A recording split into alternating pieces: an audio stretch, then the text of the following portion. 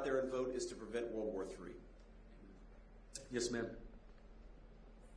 Hi, Senator Vance. My name is Hayes. I am Vice President here of Turning Point USA.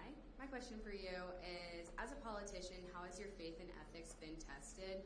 And as we're going into the workforce, I mean, I'm a political science major. What advice do you have for when inevitably our faith and ethics are also tested? Or as our generation knows, does the nice guy always finish last? Sure. Well, no, Hayes, I don't think the nice guy always finishes last, but sometimes the nice guy also has to be tough, right? So remember that. Just because you're nice doesn't mean that you're weak. And remember that nice guys can also be tough, and I'd encourage, or nice gals can also be tough. And I'd encourage you guys to absolutely be kind and virtuous, be generous of spirit, but also always be a little tough, right? Both of those things can be true, and both of those things can be useful. You know, probably the first time that my faith and my ethics and my sense of my duty to the people of Ohio was tested was early on in my Senate term when there was this terrible train derailment in East Palestine, Ohio. And you probably saw the images. You can go and Google it. But basically, there was a train derailment, and it was a mistake. We maybe didn't know it at the time. But they set off a massive chemical explosion after the train derailment, which just, you know, basically, it was like a chemical bomb went off in this small town in northeastern Ohio. And so I went and visited the town many times over the next few months. And one of the things that I kept on noticing is that the residents, and they were normally the residents who were a little poorer, who didn't have as much money, who didn't have the same influence, they would come up to me and they would say, this thing is happening, or that thing is happening. In particular, they kept on telling me that even though they were being told that the creeks in the town were safe, they thought they saw evidence of chemical pollution in the creeks. And that was on one of my first visits there. So I said, okay, you know, here's what I was being pressured to do.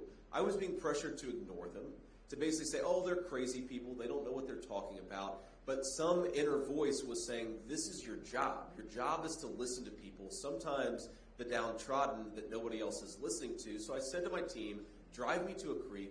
I want to go see this for myself. And I stuck a stick in the water, and it was like an oil sheen in a creek in East Palestine, Ohio. It was clearly not safe, and it was clearly not healthy. And I realized in that moment that if you always listen to the media, or you always listen to the people who have fancy credentials, and look, all of you are college students. When you graduate, you will get a very fancy credential.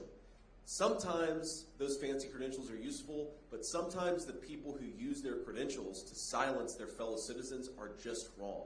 And part of your job as a future leader is going to be to listen to the people, even if they're not always the people that the media or somebody else tells you should listen to.